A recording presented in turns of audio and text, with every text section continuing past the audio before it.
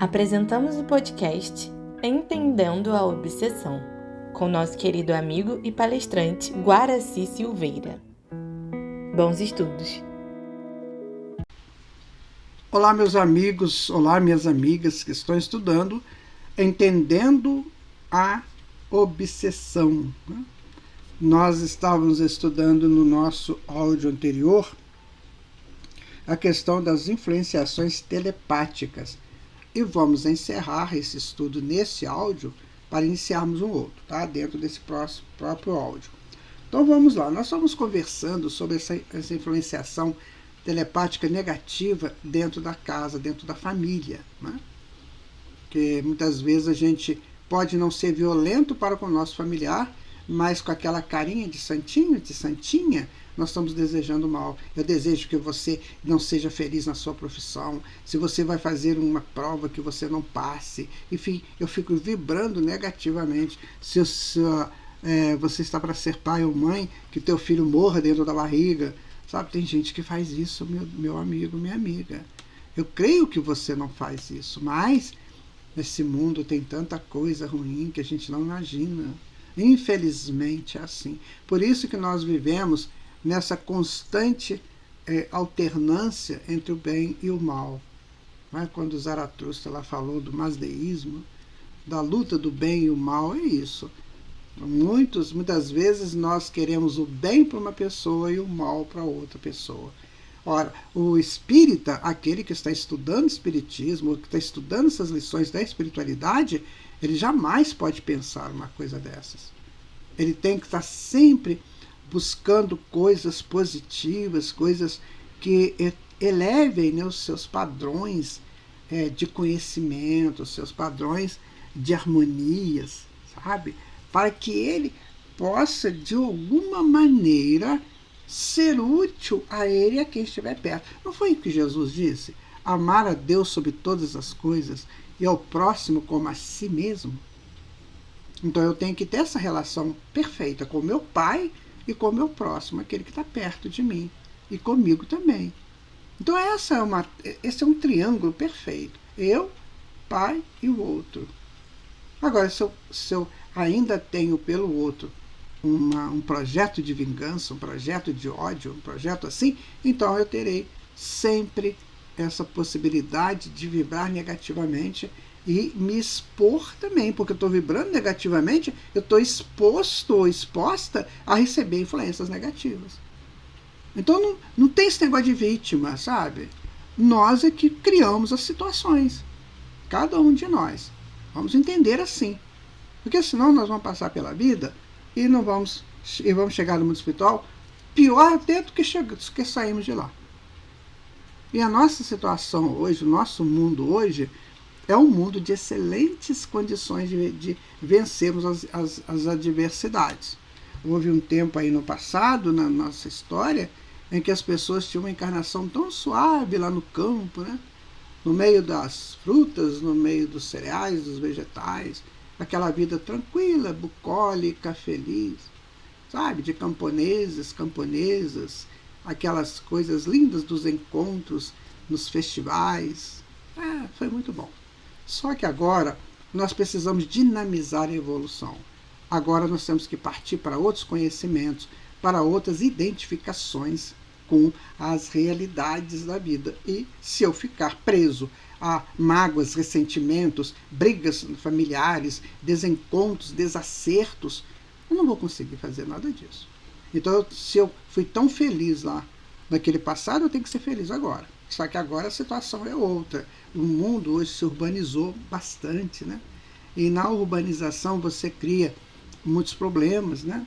A urbanização, as pessoas ficam muito próximas umas das outras, participam muito dos mesmos problemas, por exemplo, de transportes. Às vezes você vai fazer um deslocamento no ônibus urbano, ou no metrô, ou no outro modal qualquer. O que acontece? Você fica completamente preso ali. Então, meus amigos, as influenciações telepáticas, desde as involuntárias até as meticulosamente dirigidas, apresentam nuances inúmeras e se podem construir benefícios, também servem a propósitos nada edificantes. Daí que nós temos que analisar essas coisas, né? Que se eu posso também ter uma influenciação telepática do bem, né? A pessoa vibra bem para mim, pensa bem para mim, pode até me ajudar à distância, né? Agora pode também ser para o mal. Essas coisas nós precisamos conhecer sem aquela coroa da mística. Sabe que a gente conversou uns áudios aí atrás?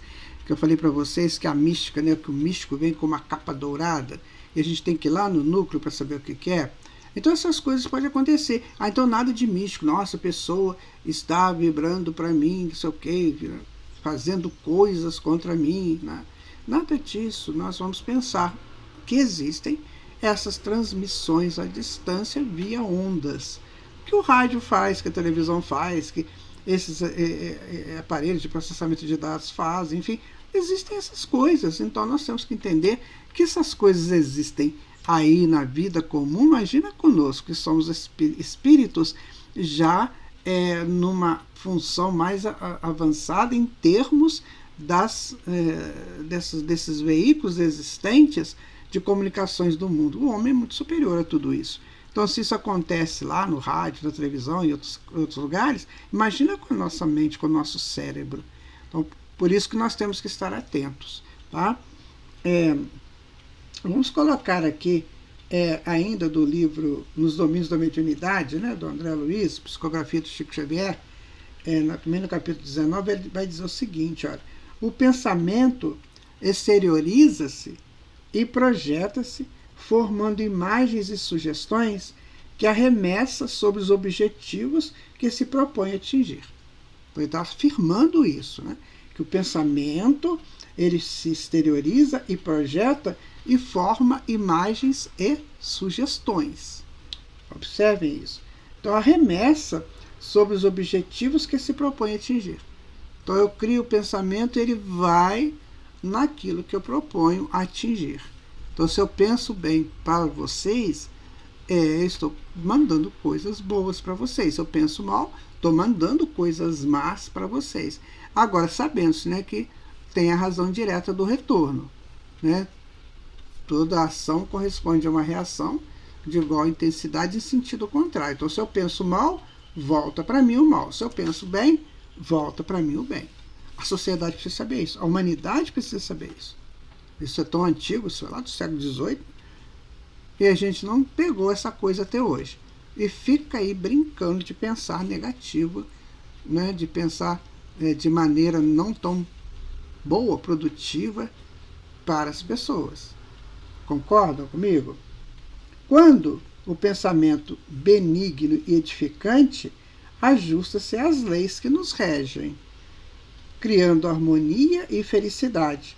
Todavia, quando desequilibrado e deprimente, estabelece aflição e ruína, diz André Luiz, no livro Nos Domínios da Mediunidade. Então, essa é a voz da espiritualidade. Eu não tenho que contrapor a isso, eu não tenho como contrapor. Isso é lógico, minha gente, isso é justo.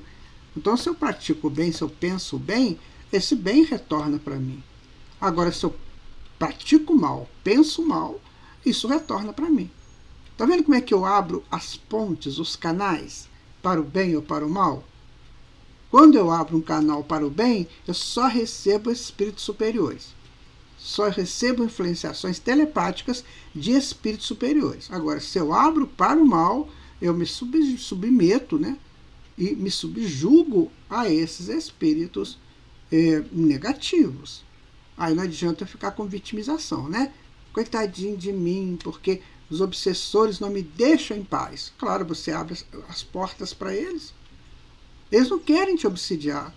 Eles querem chegar em você e encontrar em você uma resistência para eles também mudarem.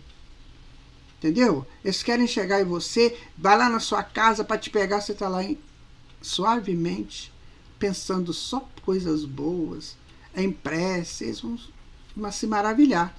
Nossa, eu também quero ser assim. Porque o bem está em cada pessoa. E quando você tem um estímulo ao bem, então você quer crescer o bem dentro de você. Então seja o estímulo. Tem uma frase muito forte. Ela diz o seguinte: talvez você é a única página de evangelho que o outro vai ler na vida. Olha, talvez você seja a única página do evangelho que alguém vai ler na vida. Pela sua presença, pela sua compostura, pela sua ética, pela sua dignidade, pela sua nobreza, pela sua moral. Veja você. Nessas pessoas não entram obsessores. Não entram. Eles não. E se eles chegam, eles se melhoram, eles se curam. Tá certo, meu amigo, minha amiga? Então, ressalta a objetividade que, diante, né, desses fatos, só a fraternidade, com perdão, com amor, poderá evitar que a influenciação telepática destrutiva continue a produzir os efeitos maléficos que tanto tem atormentado a humanidade. Então, vibremos no bem, né? Que a gente possa, né, criar uma possibilidade melhor para nós, para quem estiver ao nosso lado, né? Bom, agora nós vamos entrar no hipnotismo. É um estudo bastante complexo, nós vamos tentar colocar aqui da maneira mais fácil da gente entender, que é também uma forma de influenciação, né? Então, o reconhecimento científico do hipnotismo aconteceu no passado, né? Mas seu uso como técnica simples de se chegar à hipnose data da antiguidade, tá? Nós vamos fazer aqui uma colocação, né, de uma pessoa chamada Lapone, que trabalhou, que estudou hipnotismo, para a gente ter uma ideia do que seja isso. Penso que vale a pena, né? Então ele falou, né, os antigos conheceram, em grande parte, provavelmente sob o nome de magia. E magia, etimologicamente, significa sacerdócio e sapiência. Isso é magia. Eu sei, né? Eu tenho conhecimento daquilo. O maior número dos fatos que se referem ao moderno hipnotismo, e de certo não foram ignorados pelos medos, caldeus, brahmanes da Índia e pelos sacerdotes do Antigo Egito. Ou seja, o hipnotismo é conhecido de muito tempo, né? E ele coloca aqui, né, medos, caldeus, mais ou menos 6.000 anos antes de Cristo, os brahmanes muito mais, né, do que isso, a da Índia, e o Egito também, muito antigo. Ninguém sabe a idade do Egito, a verdade é essa, né? Dizem que a esfinge foi feita há 15.000 anos antes de Cristo, para vocês terem uma ideia. Então tem muita coisa que nós ainda não sabemos em termos de tempos, né? Algumas práticas descritas, né, por um senhor chamado Lemorin, nos monumentos em caracteres cuneiformes, né, certos casos recordados, né, por outras pessoas da história antiga dos povos do Oriente, muitos fatos estrepitosos observados nos primeiros sociedades humanas e as maravilhas que ainda hoje realizam os brahmanes indianos, zelosos custódios das sagradas tradições da casta, são tudo coisas que atestam a alta antiguidade das práticas que constituem o hipnotismo de nossos dias. Os milagres, pois, que antes as doenças nervosas se processavam entre os egípcios no templo de Serapis, eram quase fora de dúvida efeitos de aplicações hipnóticas. Vai lá no passado para ver a origem do problema, né? Muito bem.